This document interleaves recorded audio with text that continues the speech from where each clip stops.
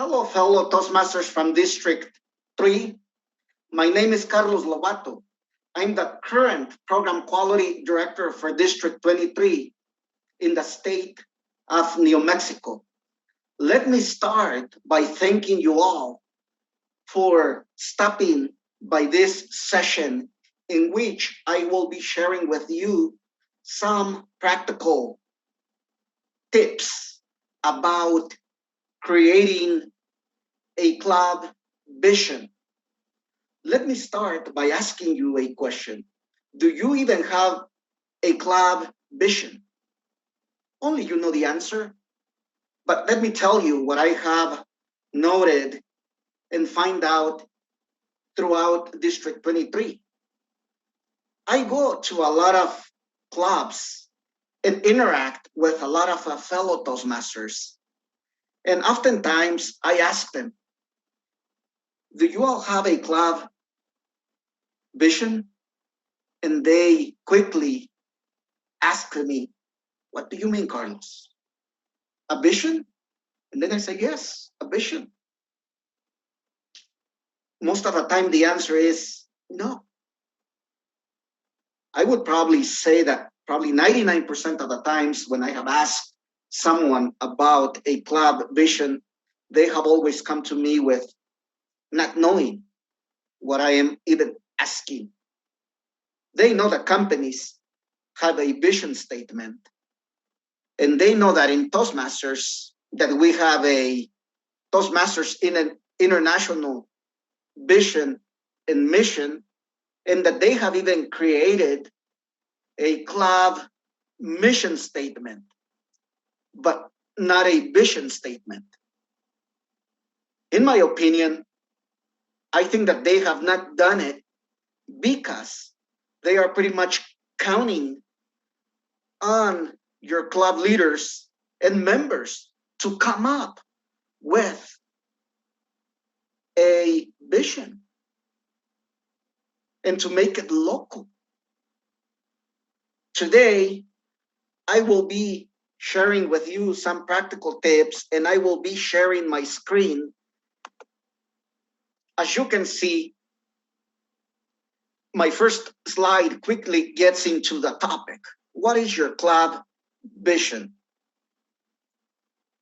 Most of you may not even have a club vision, but if not, today you will be provided with some practical tips so that you can go back to your clubs and discuss it with your club officers and members, and then work on creating a club vision for your club.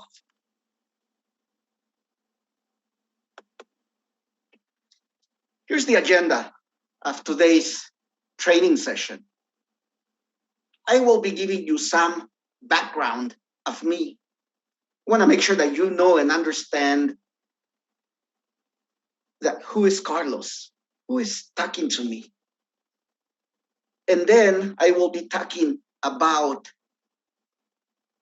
club vision,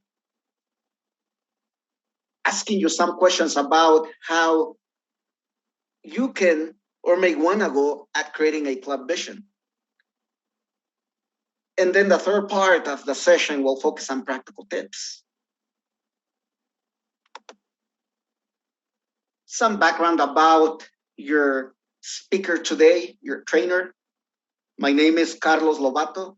I'm the District 23 PQD Program Quality Director. That's to make sure that everybody knows what PQD means. I have been a member of Toastmasters continually for 16 years. Let me start by saying that I did not join Toastmasters as soon as I visited a club. Let me start by saying that my first stopping point at a Toastmasters club was in Tucson, Arizona. At that point, I went to a meeting and I liked it a lot.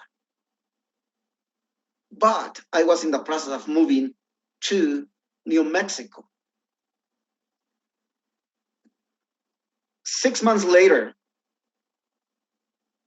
I knew that I needed to work on my public speaking skills. And that's when I decided to maybe look around for clubs in Las Cruces, New Mexico. That was December of 2004. And that's when I did join Toastmasters.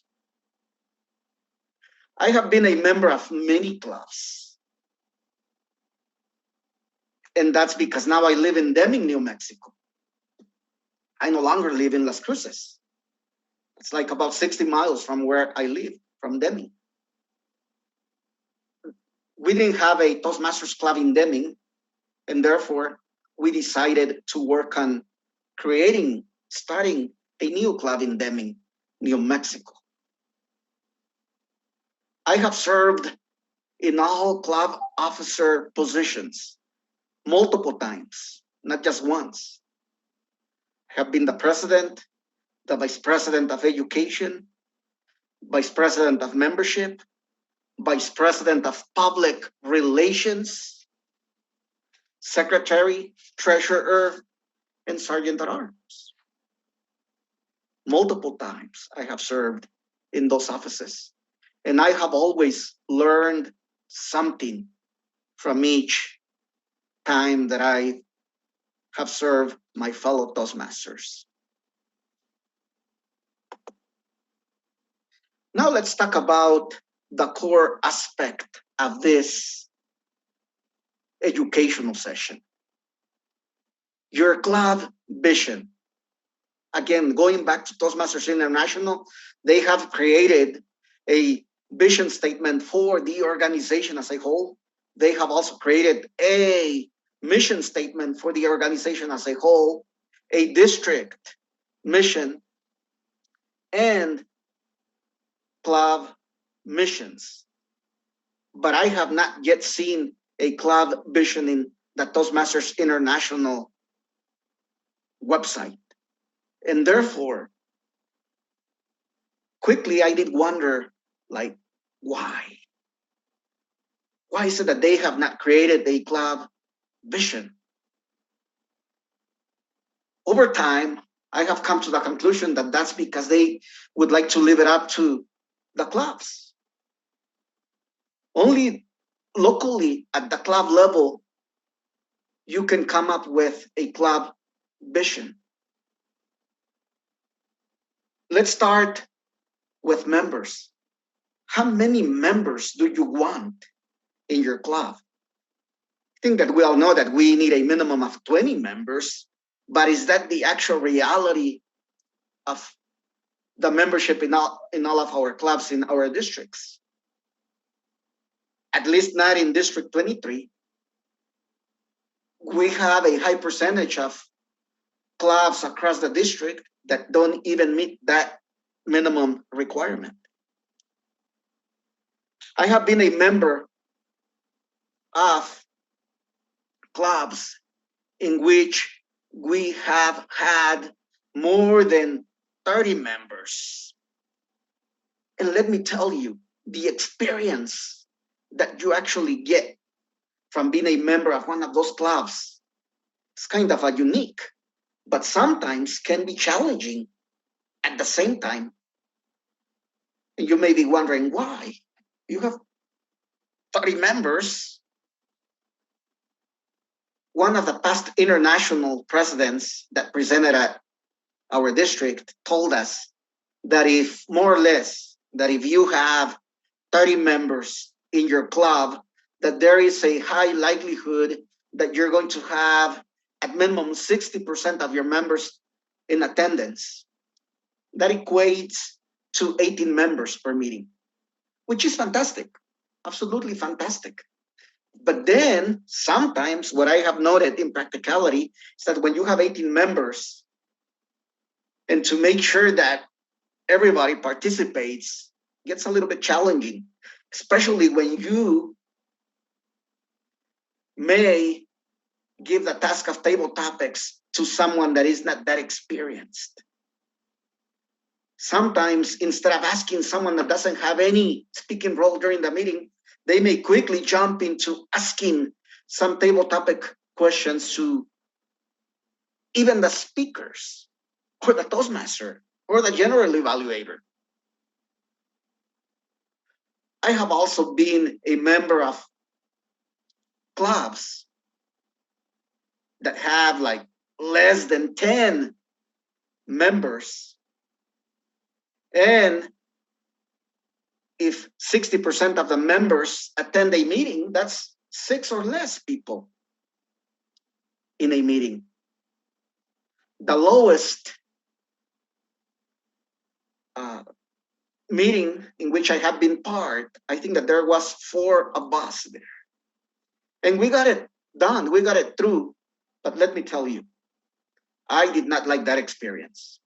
Did I do my part? Yes, I did. I participated, but that's not how I would vision my clubs in which I'm a member of.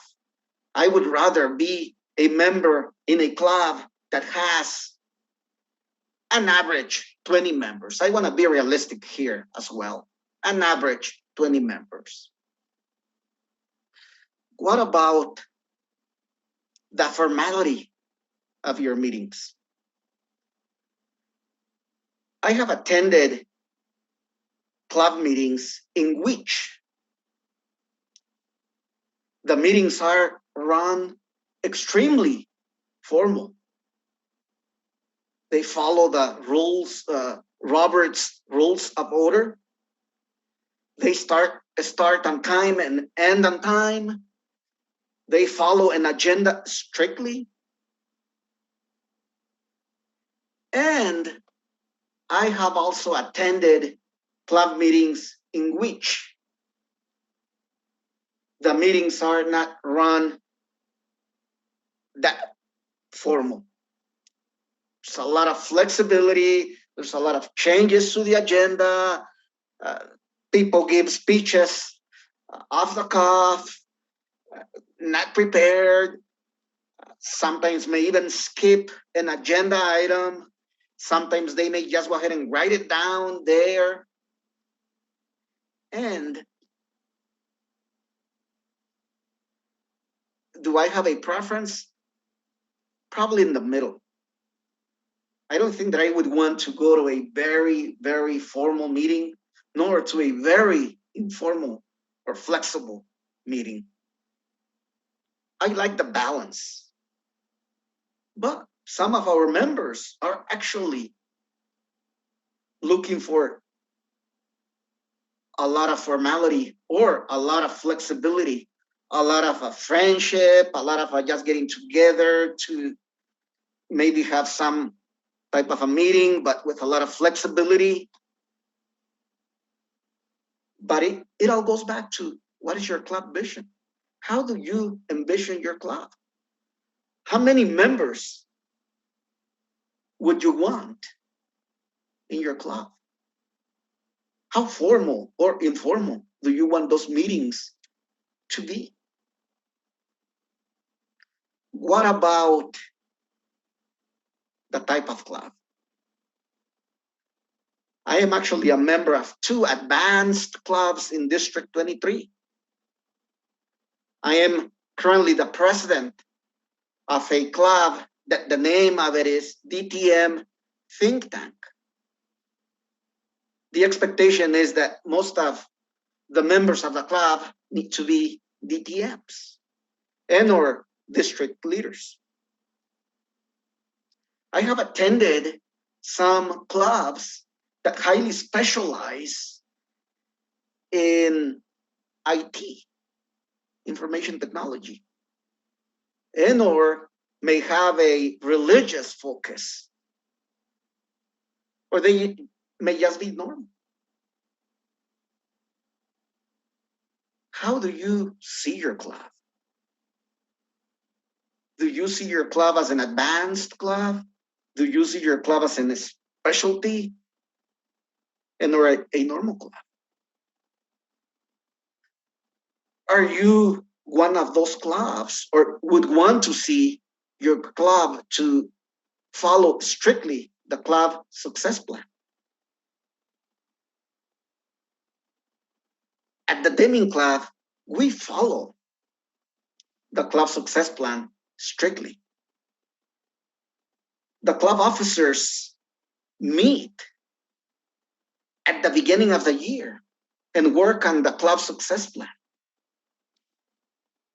They also hold bi-monthly meetings and discuss progress. I have been a member of clubs that I can even say that I was wondering if they were even following the club success plan.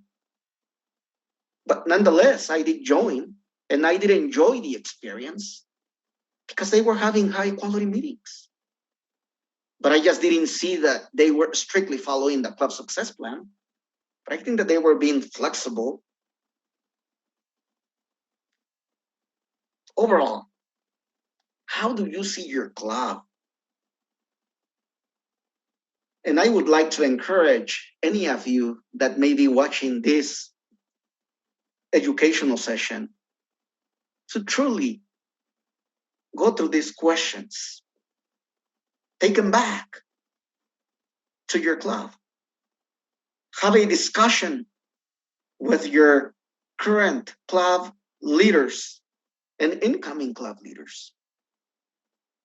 And then ask the rest of your members.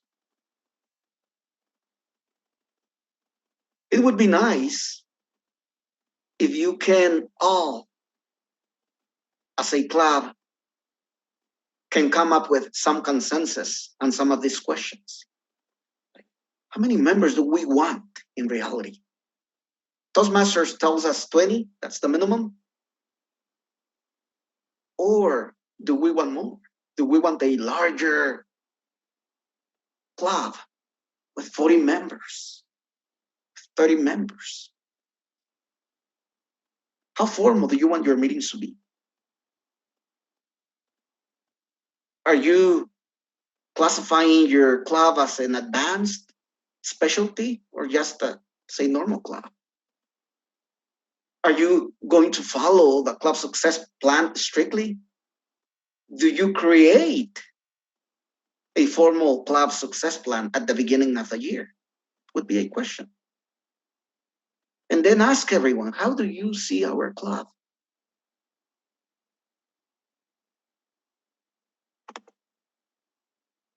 Now, let me move on to give you some practical tips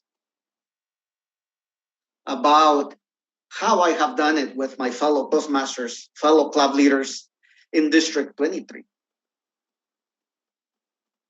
The starting point, it would be at the beginning of the year.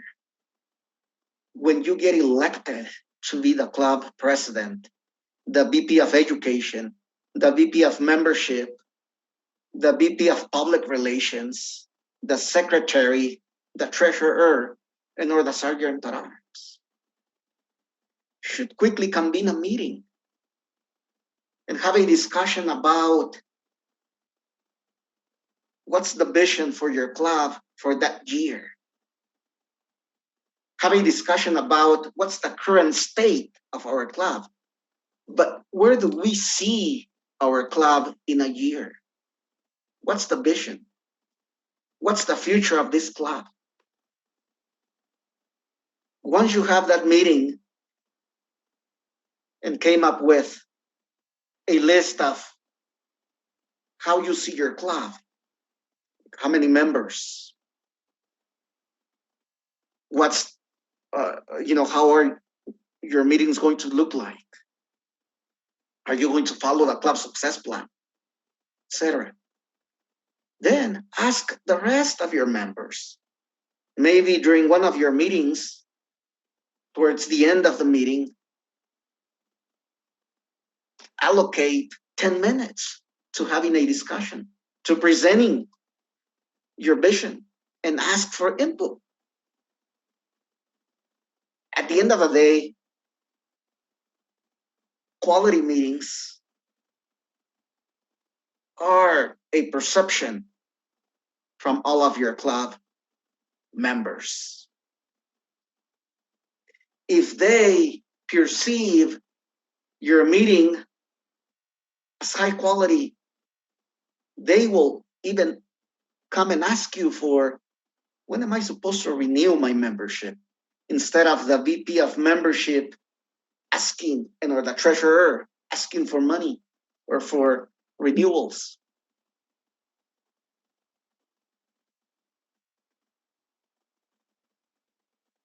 Ask members for input, even the new ones. The new ones may be actually the ideal members to give you a fresh point of view of your meeting. Be brave and ask them, do you like our meetings? How do you envision our club for the future, for the rest of the year? And let me highly emphasize the next point, fellow Toastmasters, and take it seriously. Establish a club success plan. It's okay to have it in your head, but it is going to even be more beneficial if you formalize it, if you write it down and show it to the rest of your club officers and then to your members. Get feedback, get input. Make sure that you clearly identify the goals. Ask your members for their needs. What do they expect to get out of their membership? And incorporate that feedback into your club success plan. Use the Distinguished Club program as a checklist, basic checklist, to measure progress, to measure success. I can go on and on, but I just thought I would settle on this for practical tips to make sure that you can walk away from this educational session with some basic wisdom that's based on 16 years of continued membership experience. Someone that has served in all of the club officer positions. Someone that has served in all of the various district leadership positions. You may be wondering, okay, Carlos, but what is your own personal vision? My own personal vision, fellow Toastmasters, is member success. At the end of the day, bottom line, if our members are being successful, then your club is going to be successful.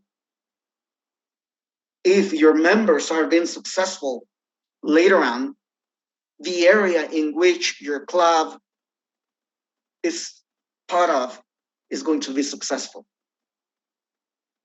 If your members are being successful, then your club area and the division in which your club is located is going to be successful.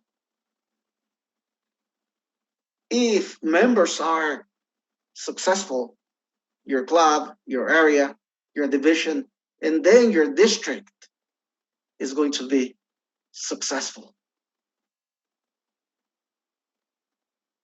To me, that's the foundation of this organization.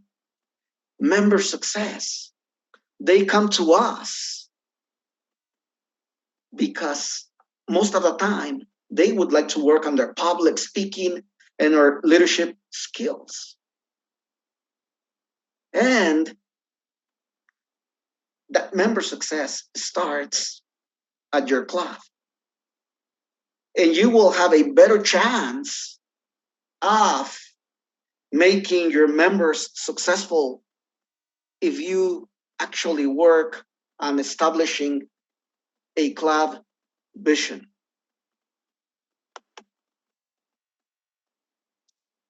In conclusion, I would like to end my educational session by giving you a call to action. Make sure that you make your club vision official. If you made it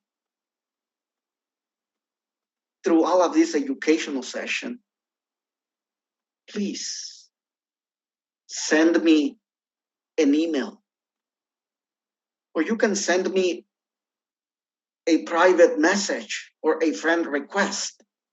I'm on Facebook as Carlos Lobato.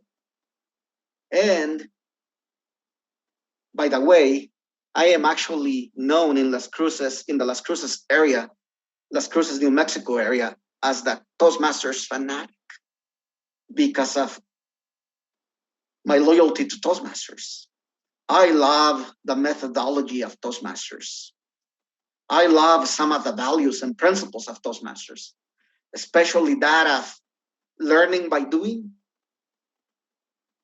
and doing it at your own pace. That's something that really attracted me to this organization. And it all started at the club level. Then again, going back to my opening remarks, when I go around and ask fellow Toastmasters if they have a club vision, most of the time they say no. To me, the time has come for us to start officializing the club visions. Write it down and then make it known to your members.